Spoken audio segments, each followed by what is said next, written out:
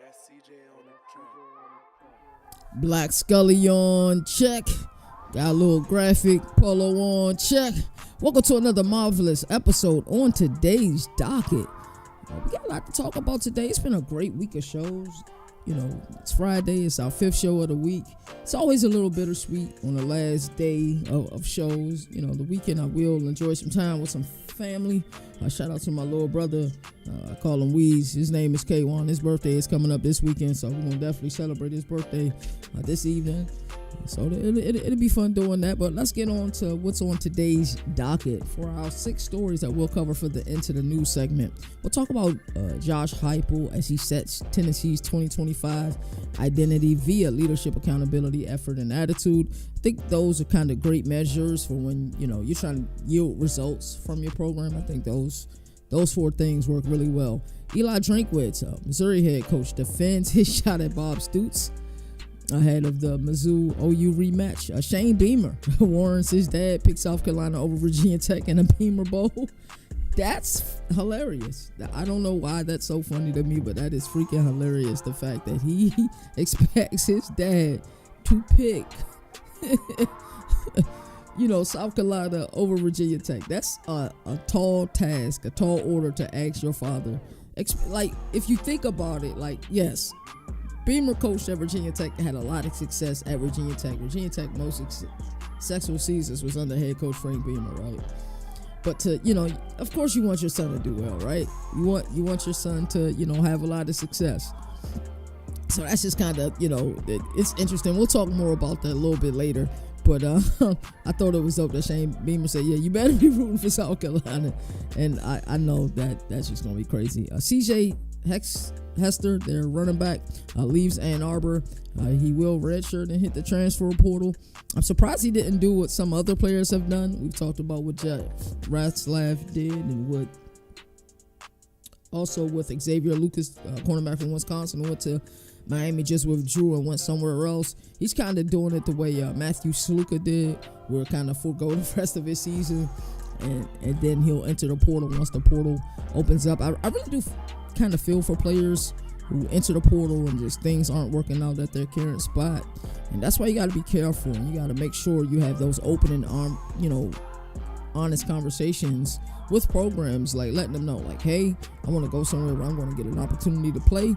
I earned the opportunity to play. I will pick those places, over, more of those places with like more clout, if that makes sense. Matt Rule outlines Nebraska's running back depth chart, and we'll talk about that. I think something special is brewing in Lincoln. We know about year 3 Matt Rule, if that makes sense. And then our 6th topic for our Into the News segment, we're going to get into ESPN announcing a 1-hour Lee Corso special before his final game day headgear pick. We all going to be crying. And if you won't openly cry when you're watching this, then, you're going to cry in the car. That's what we're going to say. We're going to all be struggling that day. Just have an onion or something around you. That way you can pretend you're not crying because of it. For our Governor Ruling segment, we're going to talk about we're going to talk about Sports Illustrated. They're doing like their quarter century week. And yesterday we covered one of their topics. And for Governor Reacts, for Governor Ruling, we're going to cover one of their topics, which is the 25 best teams of the last 25 years. There's certainly a great debate here. I think a lot of these teams are actually in the discussion for the greatest teams ever, not just the, greatest 25 teams. For our Governor React segment, we're going to look at ESPN. They updated their SEC power rankings. We looked at it the first time they released it, so I thought we should look at it. Now they released it again. And then for our Around the Nation segment, we're going to look at ESPN's most important quarterbacks of 2025. And I have some really interesting thoughts about it. I don't want to get into it right now, but we're certainly getting into it. So we have so much to talk about on today's episode, man. Let's not waste no time, man. Governor College Football, hashtag go CFB. CFB Nation, your only college football destination. Let's get it. Governor of college football, we're going to recap ACC. Hey, that's Two great CJ on defensive the minds. track. They have to be better on that side of the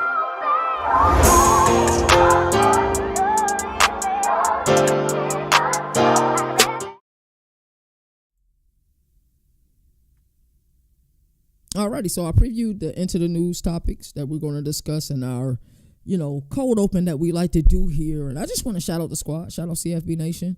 Shout out everybody a part of CFB Nation. Shout out to my family. My family, I have an amazing support system. I heard from my brother. It's crazy. It's my younger brother, right? And I've showed him the ropes. I was the guinea pig for a lot, being the oldest brother. And I'm sure, the people who are the oldest sibling can relate to it. You're kind of the guinea pig. But it's crazy that I admire the heck out of my younger brother. Like, it's like he spent all of his life looking up to me, chasing after me, and now I look up to him. He got his PhD a year ago. I'm just super proud of him. But, I got a phone call from him the other day, and he was just congratulating me on doing something that I love 24/7. So it was just great. So my support system is, man, that it really takes a village. You'll see him every video, add a comment just to help with the SEO, just to help with the algo, as they like to say. So my family, I have my dad, my mom, I have an outstanding village. So just shout out to my family because I don't shout them out enough. But it's been a great week of shows. We're giving you guys 5-hour-long episodes this week. And when I tell you, man, we putting the work in, we're putting the work in. I talk to Moon. I feel like every time before we get into the news segment, I give you guys an update on what's been going on because, we family here. The 1%ers, I rock with y'all. So we family here. Talked to Moon yesterday. We're going to spend a lot of time out west this year. I've already figured out week 0 will be out west. Unless something miraculous happens, week 0 we will 100% be out west, and I mean far west. I really do. There are some schools that are truly trying to roll out the red carpet. So I do appreciate all the work that everybody does on CFB Nation. Great week of episodes of Governor of College Football. We've been killing it, man. Pound for pound, I think some of these people who be doing the little rankings of the college football media, all that, man, put some respect on my brother's names here at CFB Nation and put some respect on my name because we giving y'all content. We here. Y'all know we at that every day during the week at 11 o'clock. I got y'all on lock. Y'all already know that. Let's get into it. First things first. Every time I say that, I want to say I pop, but freaks. Y'all know what I'm talking about.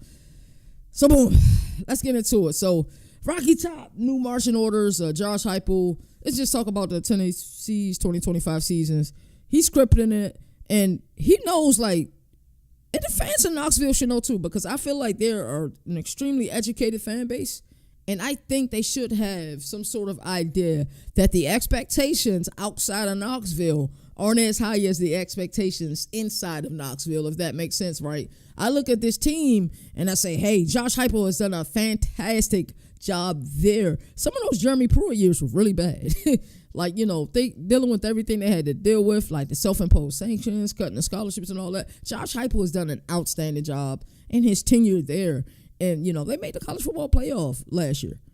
And we saw how good they were in the 2022 season where they were like the darlings of the sport.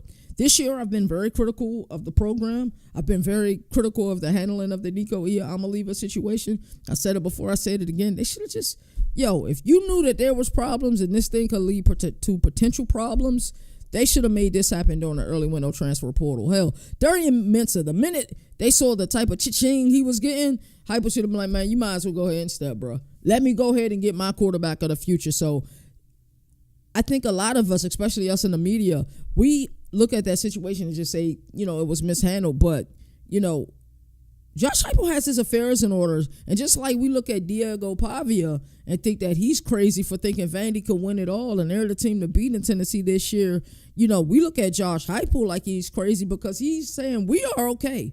We are just fine. Even with Blurgate, we are okay. And he let it down to 4 quadrants, kind of 4 areas that which he's going to grow this team. And Tennessee has been that team of we for a very long time. And it's leadership, accountability, effort, and attitude.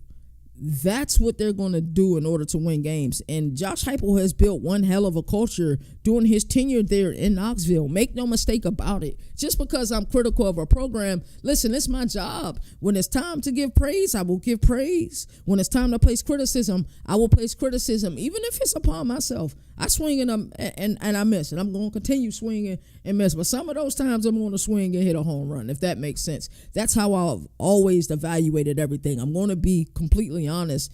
But to see that Josh Heupel has this approach, that they're still putting the work in, he's done an outstanding job there. And you can't tell him, the staffers, defensive coordinator Tim Banks, who I'm a huge fan of. I think on that defensive side of the ball, I think Arion Carter's going to have a breakout season this year. Joey Hasel, their offensive coordinator. they still believe, and granted, let's put things in perspective, because I don't want you guys to think this is just a Nico Iamaleava thing, because it's not. They lost a lot of production on the defense side of the ball. Still got one of the best corners in the nation, if not the best corner in the nation, in Jamal McCoy. So they got playmakers. What does that running room look like? Post Dylan Sampson, what does that look like? So there's just some questions that need to be answered. So we already knew heading into this season, with the loss of their production over the past few seasons, that, hey, what was this going to look like to begin with? But with the loss of Nico, you said, what does this really look like? And we don't like fall camp battles that bleed too far into the fall camp and close to the regular season. I have a lot of thoughts about Ohio State. I feel like ding, ding, ding, ding, ding. I told you a lot of times I'm going to swing and a miss. Sometimes I'm going to hit home runs. I think I hit a home run with this Ohio State thing, where everybody was just saying, oh, it's going to saying, it's going to saying, it's going to saying. Now they're talking about it's going down to the wire. And what have I been saying all this offseason? That Lincoln Kine host isn't going to give up without a fight. I promise you that. And also, furthermore, what I said is this is very reminiscent of the 2023 season with Devin Brown and Kyle McCord. How long have I been saying that? And I know some people's looking at me like I'm crazy, but Ryan Day just said it himself. This is going to go down to the wire. No, that's not the answer we want to hear, bro. Make a decision, bro. Let somebody get like 2 weeks at least of reps before game one. Because your game one ain't playing Circuit City University, bro. You're playing Texas. So I get it from Ryan Day perspective. He's like, no, let's let these guys earn it out. Like, somebody has to earn it, right? But I'm like, yo, that's dangerous. And I understand. I get the smokescreen element too. Like, well, we don't want them to know who to prepare for, right? Man, forget all of that. Make a decision. Even if you try to keep it in house, it ain't gonna get it. In Ohio State, that in Columbus, bro, they got some of the best reporters. It's gonna get out. It's gonna 100% get out, right? So I don't know.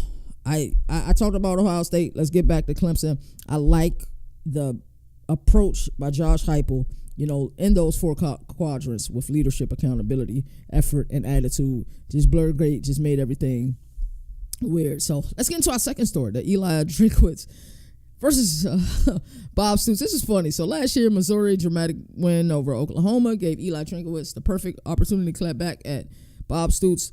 Oh, we'll beat the hell out of Missouri line. 9 months later, Drinkwitz is still standing on business. He swears it was nothing but respect for Stoops, even calling him an icon, but also says it's his job to protect Mizzou. And he's right. At the end of the day, if somebody come out and say something about your program, if you don't stand on business, with your program, then what are you doing? What is your number one job as a head coach? I'll give you guys a couple seconds. Shout out to our sponsors, Bull Rush. What's your number one job as a head coach at the collegiate level?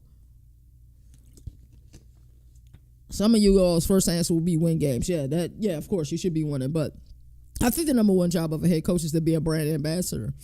And there's a myriad of ways you be a brand ambassador. You being a brand ambassador by sticking up for your program. Some of you guys got upset when, Ryan Day got a little bit emotional and went at Lou Holtz when Lou Holtz called this team soft. Ain't that what he's supposed to do as a brand ambassador? Like, help me, help you. I'm just trying to figure it out. Or, we think about media days and, all the answers and stuff that we look for during media days. You're being a brand ambassador.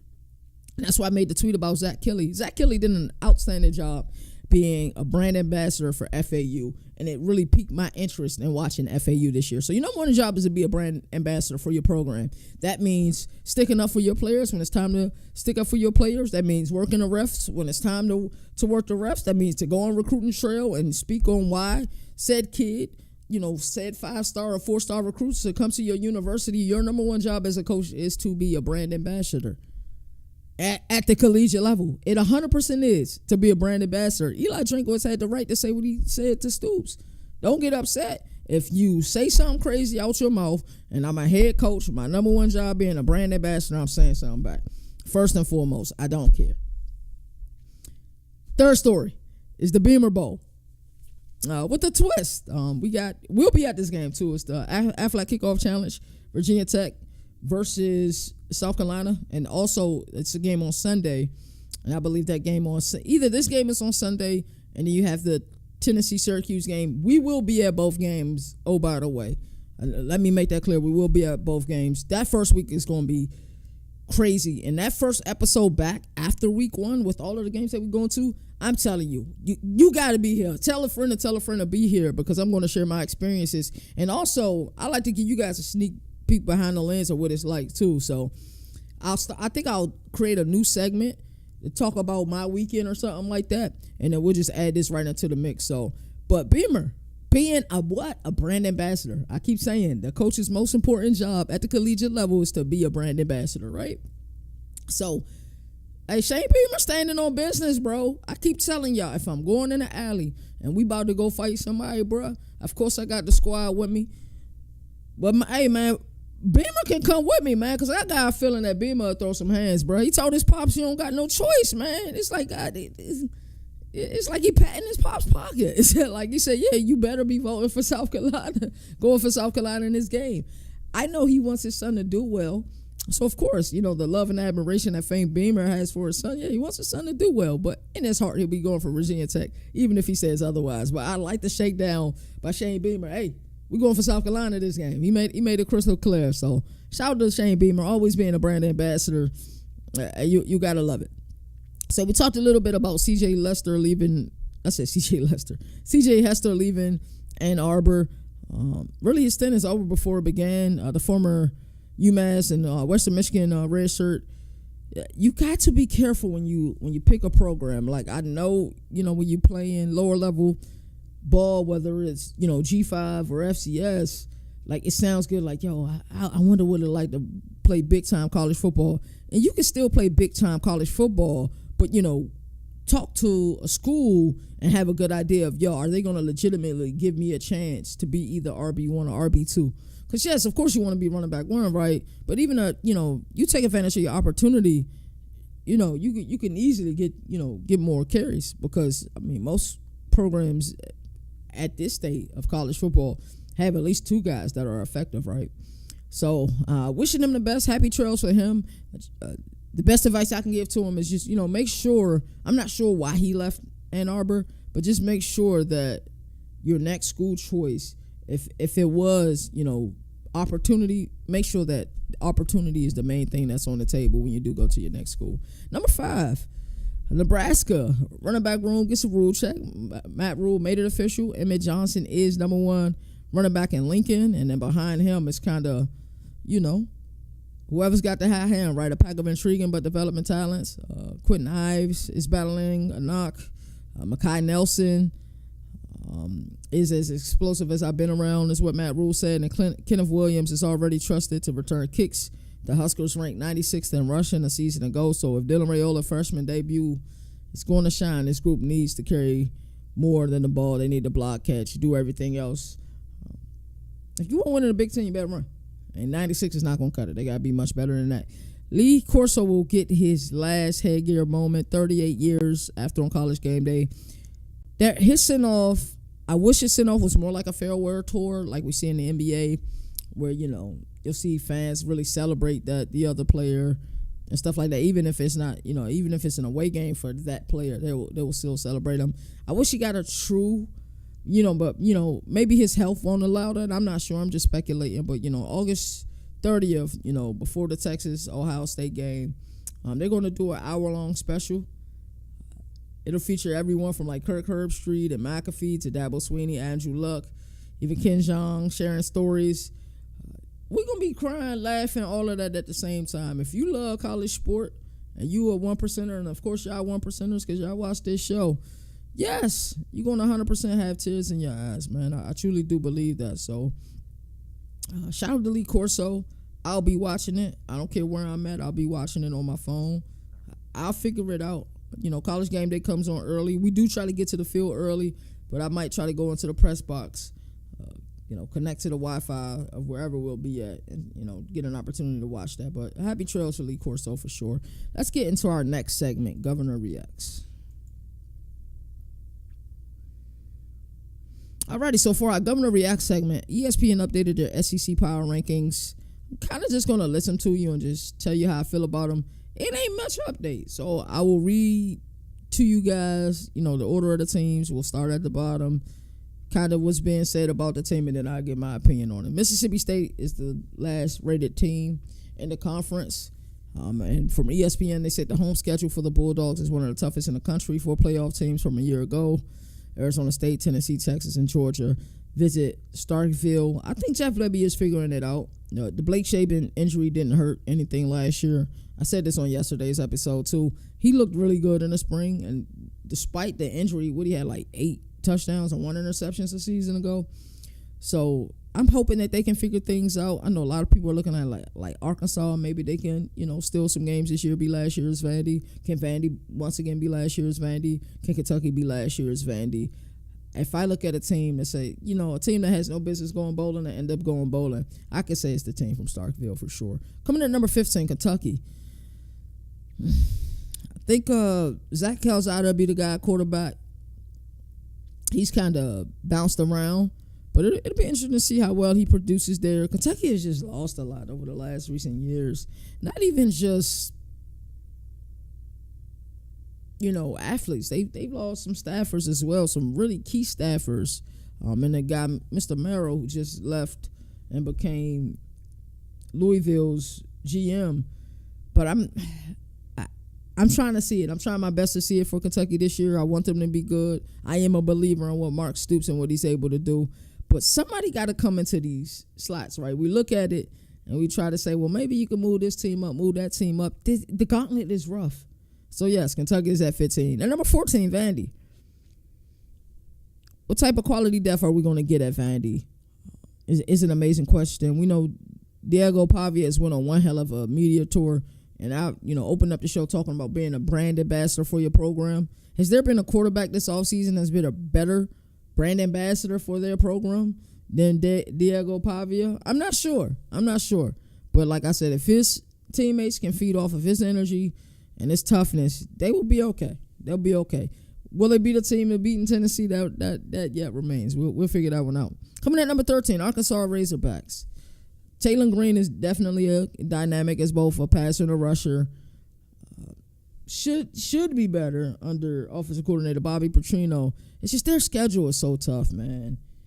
I look at their schedule. I look at their talent. There's a lot of talent there. I told you guys yesterday I used them a lot on College Football 26, Road to the College Football Playoff mode, because there is a plethora of talent.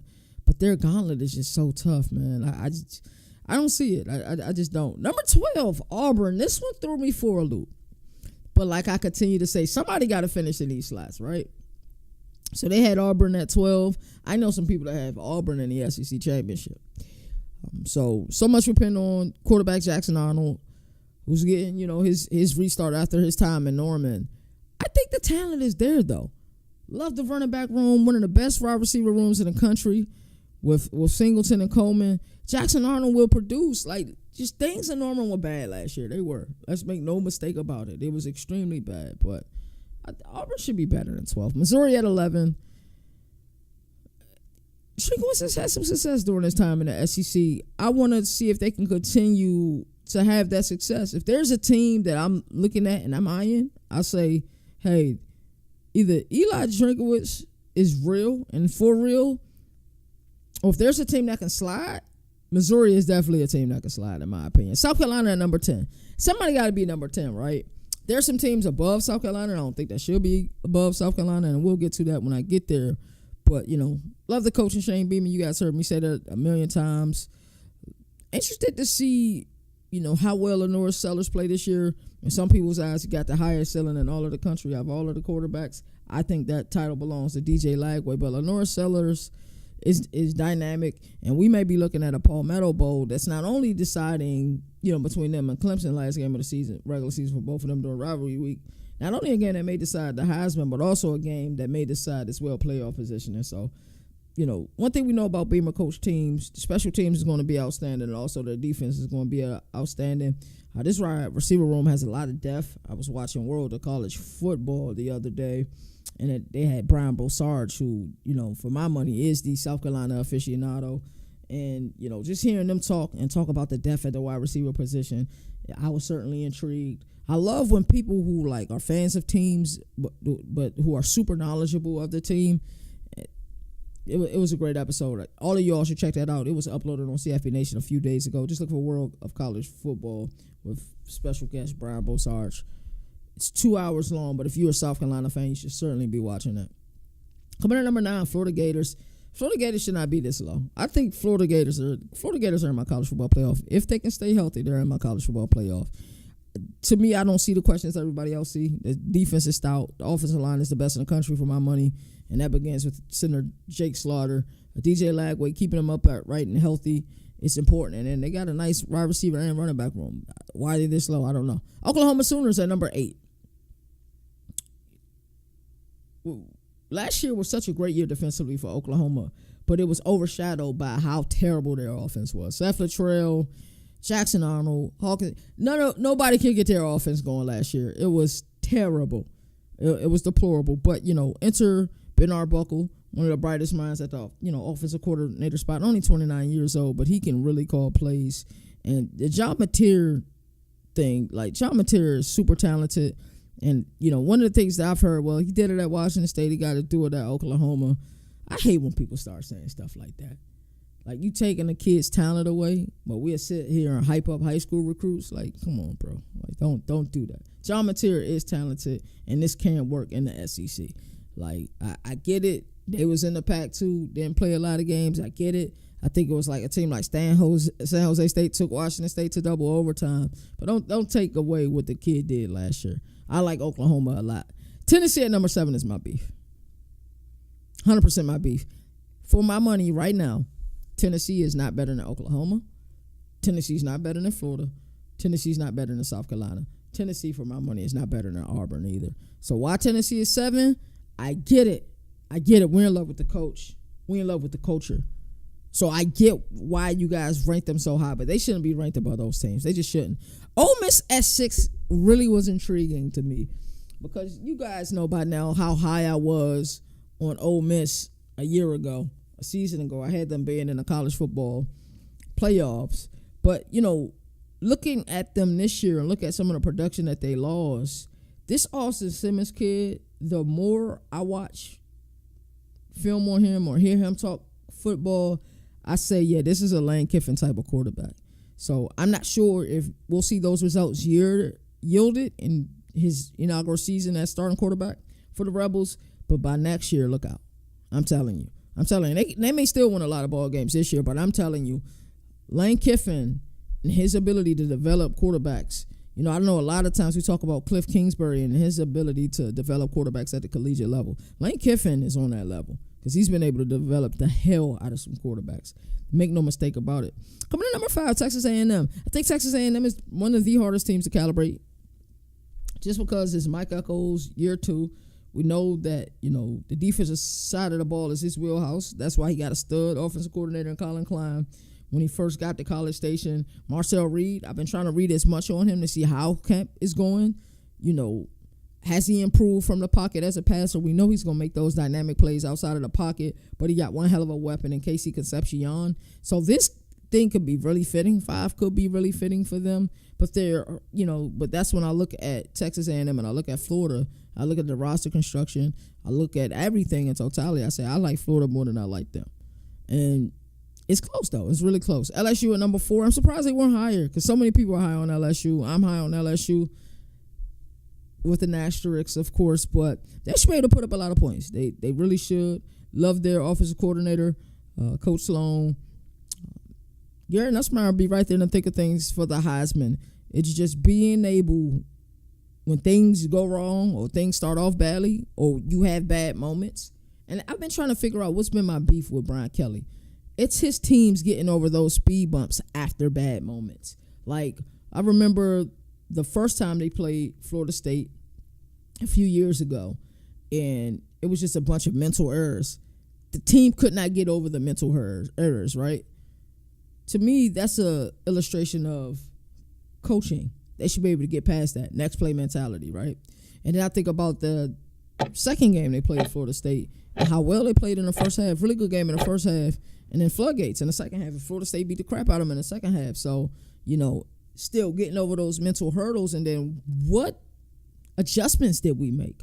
And that's another one of my concerns for Brian Kelly as far as, being able to make those adjustments. So LSU, if we take the uniforms off and you put this team with, like a Kirby Smart or Dan Lanning, we look at this team and we easily say this team is the most talented or one of the most talented teams in the country. Certainly, Clemson and Penn State got an argument and a horse in that race. But LSU at number 4 is fitting. Alabama at number 3. I like this a lot. I really do. I do. I like Kalen DeBoer. I like the fact that he's become more strict this season. Got his partner in crime, Ryan Grubb. So we know the play calling to be better this year. They're going to play lights out defensively. Make no mistake about it. Alabama's going to play lights out. And I've said this before. I said it again. Ty Simpson was the MVP of the spring season. So if he can come out play with confidence, that wide receiver core is right up there too at the top. When we look at, best wide receiver cores in the country, I like Alabama a lot. Georgia at 2. Let me ask you this. When we look at Georgia roster, right?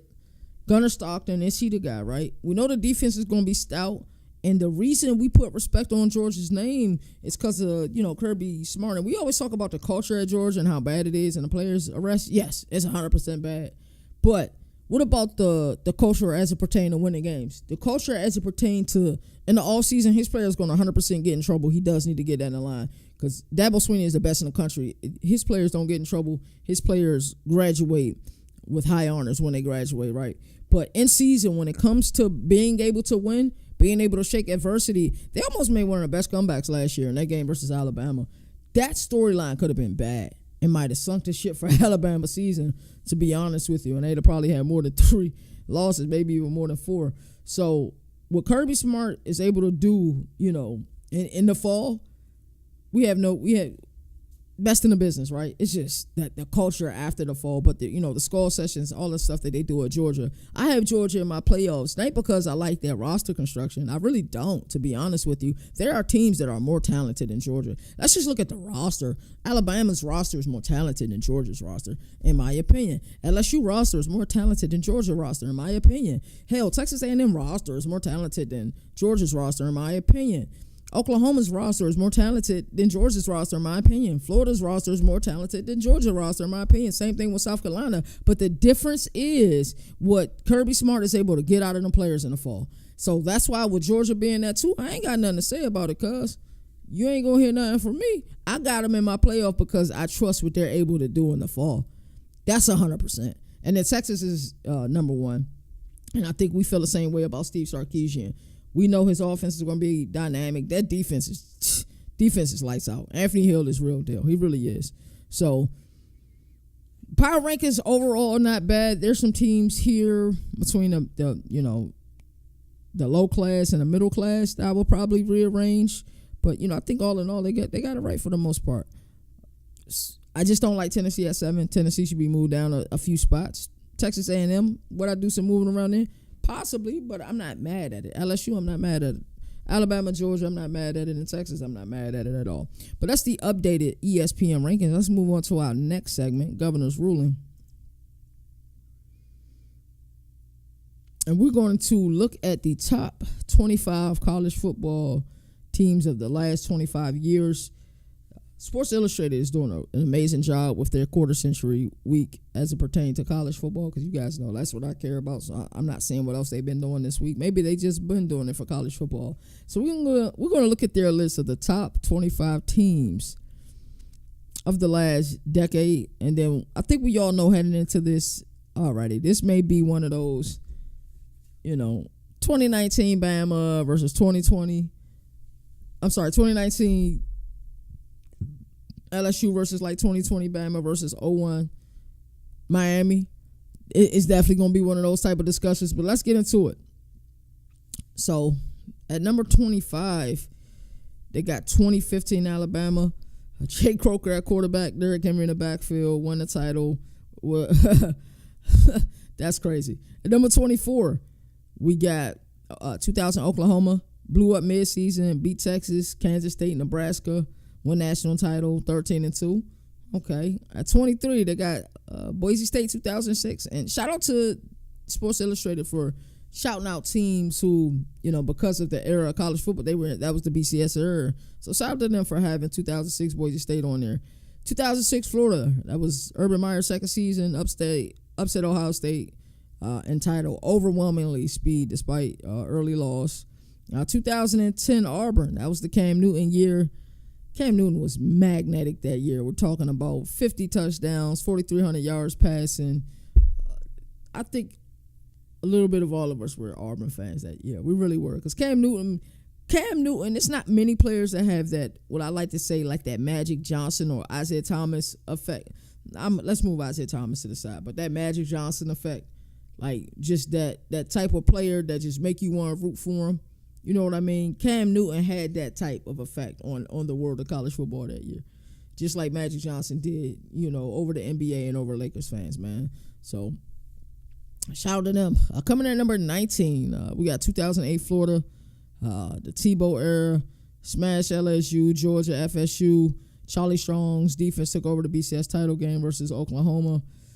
They really did. So I like it. At number 18, we got 2002 Miami, rolled undefeated through the regular season. Ken Dorsey, Willis McGahee.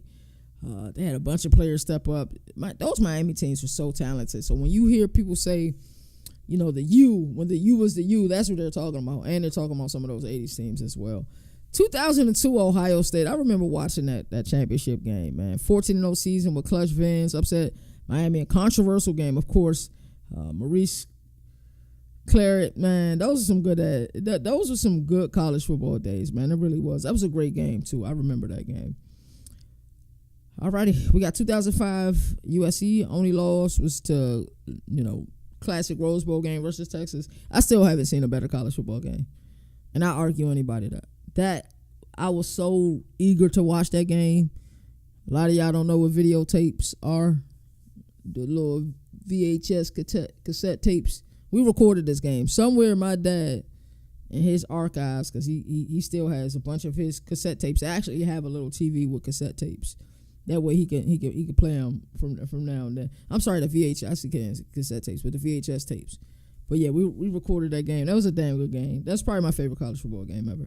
2011 Alabama didn't allow more than 14 points all season. Led the nation in scoring and total defense. Lone loss was 9-6 at LSU. And they shut out Notre Dame in the BCS title game. 2012 Alabama smashed Michigan, won 8 straight, upset by Texas A&M, but rebounded and dominated. 2016 Clemson is coming in at 13. Interesting, very interesting. I like this team a lot. At 13, oh yeah, that was the Deshaun Watson year, so yeah, that's not bad at all. And then Dabo got Saban for the first time. 2013 Florida State, Jameis Winston, man. Every time I think about Jameis Winston, I think about him going into the store and taking the crab legs. I don't know why, bro. That's probably toxic too, but I don't know why. That's what I think about. 2014 Ohio State comes in at number 11. Third string quarterback took over with injuries. Blew out Wisconsin into the first college football playoff. Upset Alabama and Oregon. Ezekiel Elliott killed in the final 3 games of those season. Michigan 2023. That was one of the few years I hit a home run. I said before the season started that Michigan would win the national championship, and Michigan won the national championship. So I was feeling hot coming into last year. I'm like, yeah, I'm looking at Ole Miss. Ole Miss going to win the national championship. But yeah, I was wrong. It's all good though. 2021. Georgia allowed just 10.2 points per game. 5 defenders were first-round picks, plus 2 more the next year. Never surrendered more than 17 in a regular season. Punch back at Alabama in the playoffs. 2009 Alabama. Me and Greg McElroy got to talk about this season a lot. And he was talking about how he really didn't enjoy the ride enough and how brutal it was.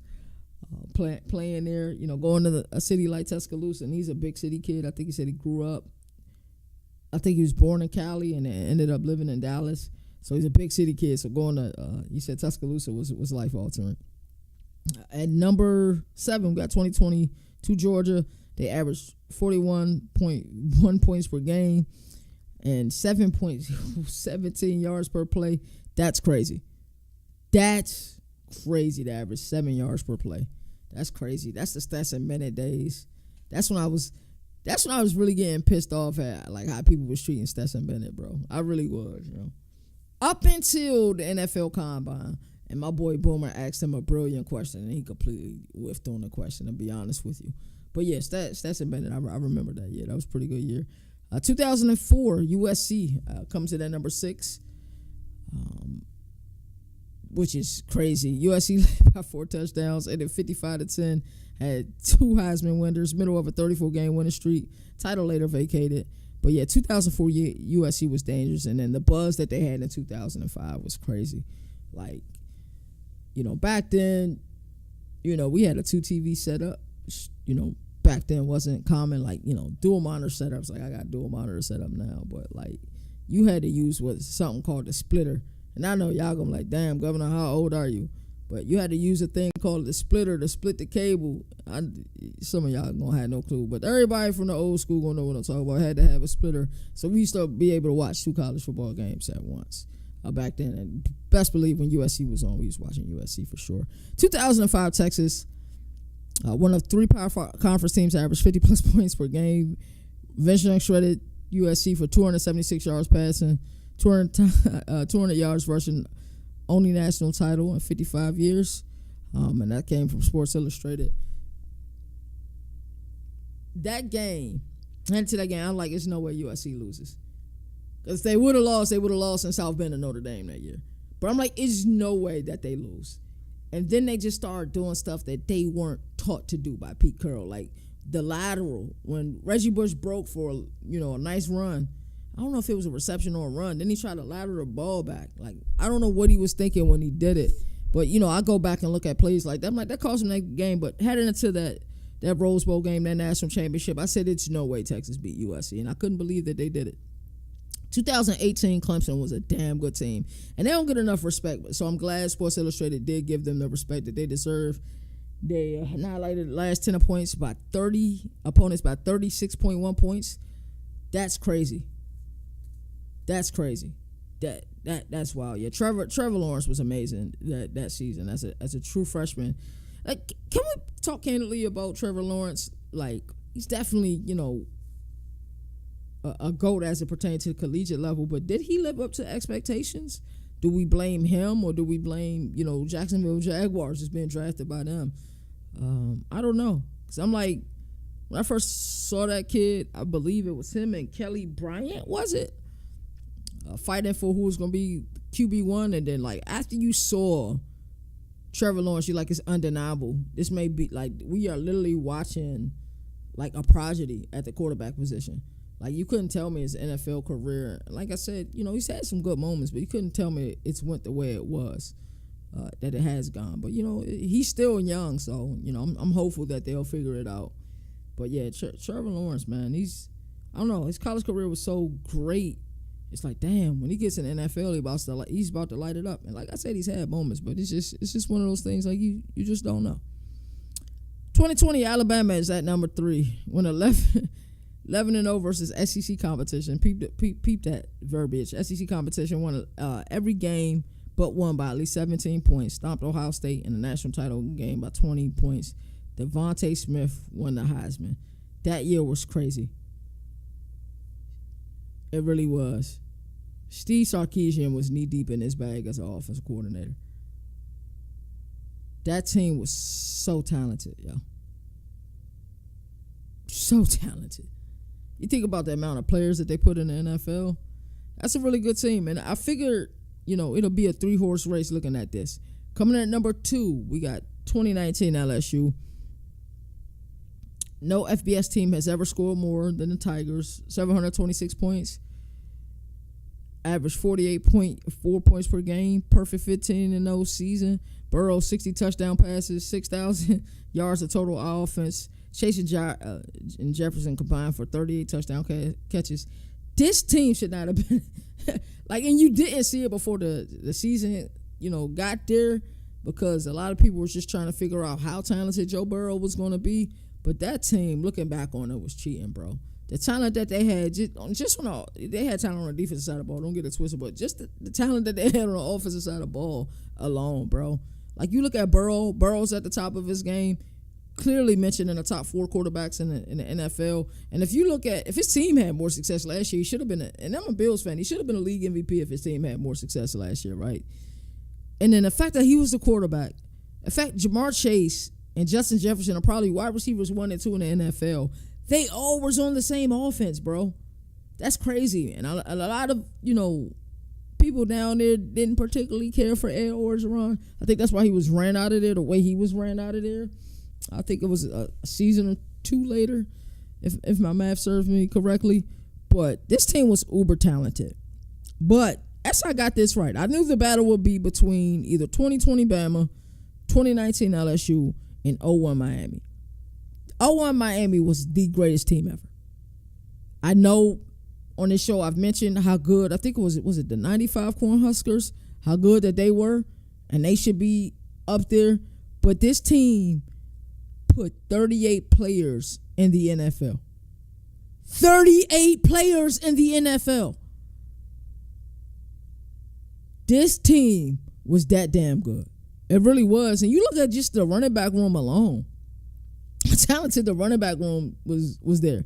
I believe at one time, somebody correct me if I'm wrong, they had Clint Portis, Najee Davenport, correct me if I'm wrong, Willis McGahee, goddamn Frank Gore, and I'm missing somebody. They had a bunch of running backs on their roster that were legit.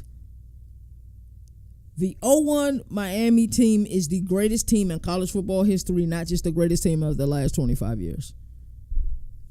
And to me, as good as that LSU team was, I just talked about how explosive that offense was, as good as the Alabama team was. 38 players on the 01 Canes were drafted to the NFL. That's crazy. That's mind-boggling, right? It really is. It's mind-boggling. Like, we look at the 14 players that were drafted from Ohio State this past season. And, of course, all of these players didn't, go to the NFL and, 2002, which would be in the 2002 NFL draft. But 38 players on that roster were drafted. Like, that's why when people say, hey, man, the U ain't what it used to be, this is what they're talking about.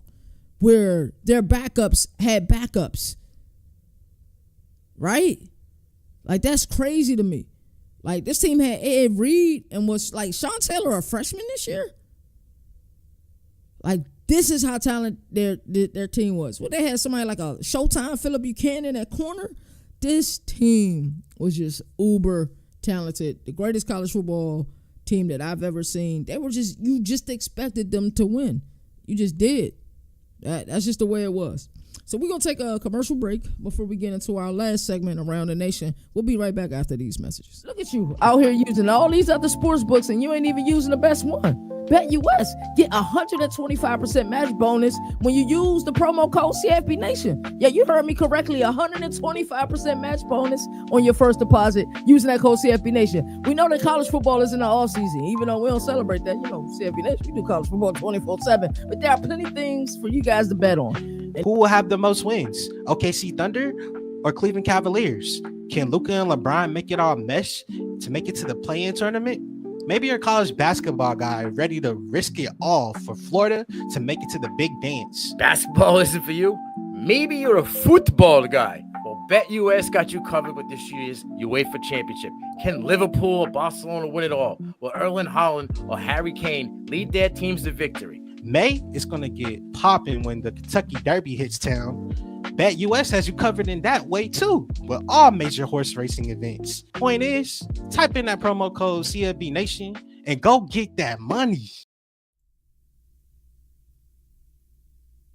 Alrighty, so now we're going to look at Around the Nation, ESPN's top 15 most important quarterbacks, and I believe their overarching goal with this ESPN, and I'm speaking on their behalf, was to determine the 15 quarterbacks are kind of going to shape this college football season. Of course, I added some players. We'll go over their list like we always do, and then I'll add the players who I feel like they omitted.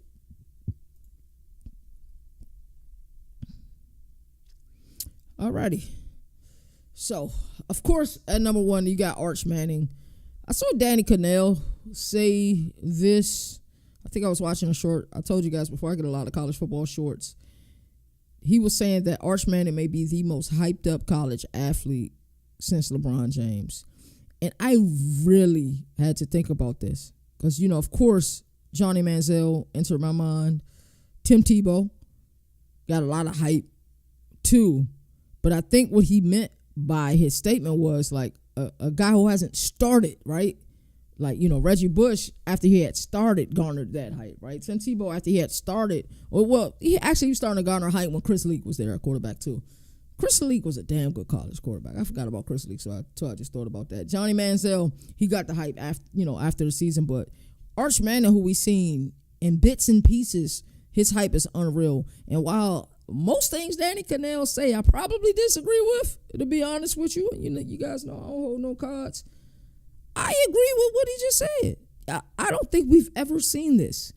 Like, Jalen Frey, was one of the people I know the phrase or coined the term, Manning media cartel.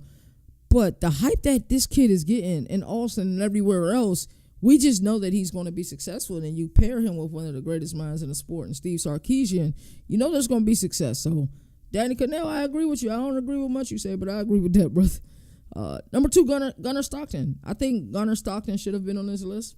There's people I would have had ranked higher than him, but, we look at Georgia. I think a lot of us are still trying to, my bad. I think a lot of people are trying to calibrate. I think a lot of people are trying to, calibrate Georgia. But I think it'll start with what Gunnar Stockton can do this year. Of course, he took over for Carson Beck last year, after Carson Beck's injury. But, Georgia's season, a lot of it will be determined about, with Gunnar Stockton's success. So I like that. Ty Simpson at number 3. I like Ty Simpson being on this list. Only 381 career passing yards, but Bama hopes, his dual threat ability in that, Ryan Grubb system, I think it'll yield a lot of success. And then they had C.J. Carr on here at 4. I think it's worth mentioning Minchie as well. Not sure who will win the quarterback competition, but yes, when you look at the teams who the who's who in the country right now, you will have to say, you'll have to look at that. Dante Moore. Yes. Oregon's success, a lot of their success will be dependent on how Dante Moore handles the quarterback position at Oregon. But they've struck gold. And really for a very long time, other than, I forgot the kid's name, they've had a lot of success at the quarterback position. They really have. So, Dante Moore, yes. Julian Sayin, if he starts, yes, will be one of the 15 most important quarterbacks. I thought it would have been worth saying, hey, if he can win the battle versus Lincoln Conhouse, because I think everybody just wants to give it to Sayin. That's interesting. Penn State, they got Drew Aller on here at number 7. I'm not against it. Cade Klubnik at number 8. I think he should be higher on this list, but they have him at number 8. Not too shabby. Garrett Nussmeier is at 9. We see a theme here, right? We're starting to see a theme here. I'll get to that theme in a minute. Number 9 on this list. Carson Beck at Miami. Yes, if the U can be the U again and restore the roar, like some people believe, yes, he deserves to be on this list. I'm sorry, not Carson Beck. I just read Carson Beck. Lenore Sellers is at number 11 for South Carolina. Breakout quarterback last season. We saw him completely take over last year's Palmetto Bowl. So, yes, his upside is through the roof. And with the plethora of weapons they had at wideout, and we know the defense is going to be stout. Yes, absolutely. DJ Lagway, number 12. Couldn't agree more. 13, John Mateer. Yes, deserves to be on this list. Marcel Reed, yes, and then Austin Simmons, we talked about him as well. So, I think one of my issues with the list was how SEC-centric the list was. I think out of the 15 slots, 11 of them may have been SEC. We got 1, 2, 3, 4, 5, 6, 7, 8, 9, 10. So 10 out of the 15. And then you had 2 ACC schools. I don't think they mentioned not one Big 12 quarterback. Big 12 got the best quarterbacks in the country. But this wasn't a ranking. It was just simply saying the 15 most important quarterbacks by their criteria, right? So it wasn't a ranking. So because the rest of the country plays ball too, I think it's important that I mention some guys as well. And I wouldn't be the G5 governor if I didn't mention some G5 guys as well. So for me, I'm going to add on to that list. At 16, we got Luke Altmeyer for Illinois. I like Luke Altmeyer a lot. I don't think he gets enough credit for how clutch he was. We saw a lot of clutch moments last year. The Rutgers game, he was extremely clutch. In the Nebraska game in Lincoln, he was extremely clutch. In the Purdue game, a lot of people don't remember that Illinois almost lost to Purdue. They did. But love the pairing of him and Barry Lundy Jr. Luke Altmeyer has complete leadership of this team. He has complete command of the offense. Like him a lot. Number 17, you know, if it's a quarterback list, Sawyer Robertson is going to be up there somewhere. A strong arm, big frame, perfect candidate to be this year's out of nowhere Big 12 breakout star. 100%. Number 18, if there's a team that can do what Arizona State did last year, granted, this team is a team that we respect the program, we respect the coaching staff, so it wouldn't be as much as out of nowhere as Arizona State was. Baylor will be my pick this year, but Devon Dampier can really change the entire landscape of the Big 12 this year. Dude got a swag about him, man. I got to talk to him for a brief second at Big 12 Media Days. Just the energy that he has that infectious energy, and he walks around like he's ready to prove some people wrong, bro. So watch out for Utah this year. Devon Dampier is certainly going to bring it. And shout out to Moon, because Moon's one of the first people I heard talking about it. It wouldn't be a list if I ain't talk about Louisville, right? And what Jeff Brom has been able to do. So Miller Moss should be definitely on this list, because Louisville got playoff aspirations. And if you think differently, just watch. Just give it some time. Nico Iamaleava, I think, should be on this list. I think UCLA has an opportunity to go bowling this year. I really do. And if you are the type of college football fan like I am, I'm going to be looking at Tennessee, and I'm going to be looking at UCLA.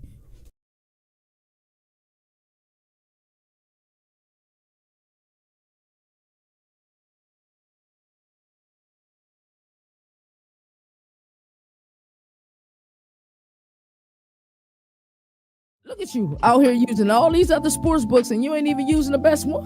BetUS. Get 125% match bonus when you use the promo code CFB Nation. Yeah, you heard me correctly. 125% match bonus on your first deposit using that code CFB Nation. We know that college football is in the off season, even though we don't celebrate that, you know.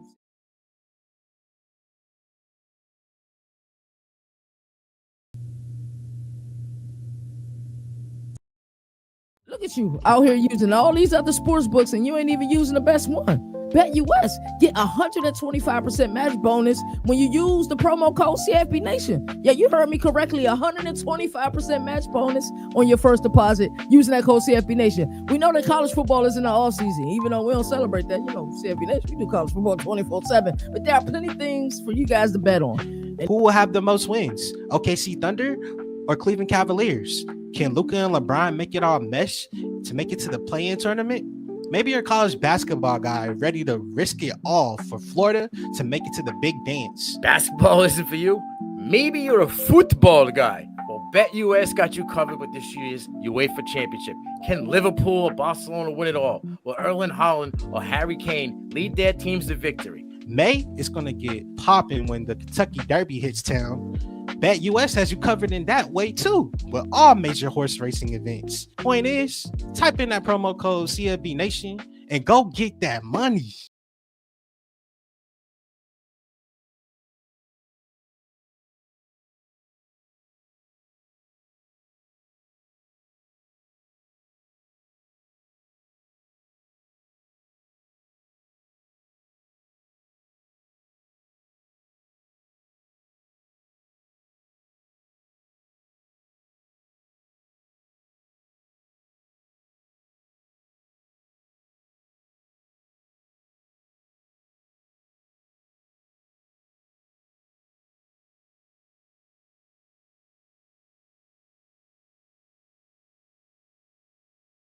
Governor of college football, we're going to recap ACC.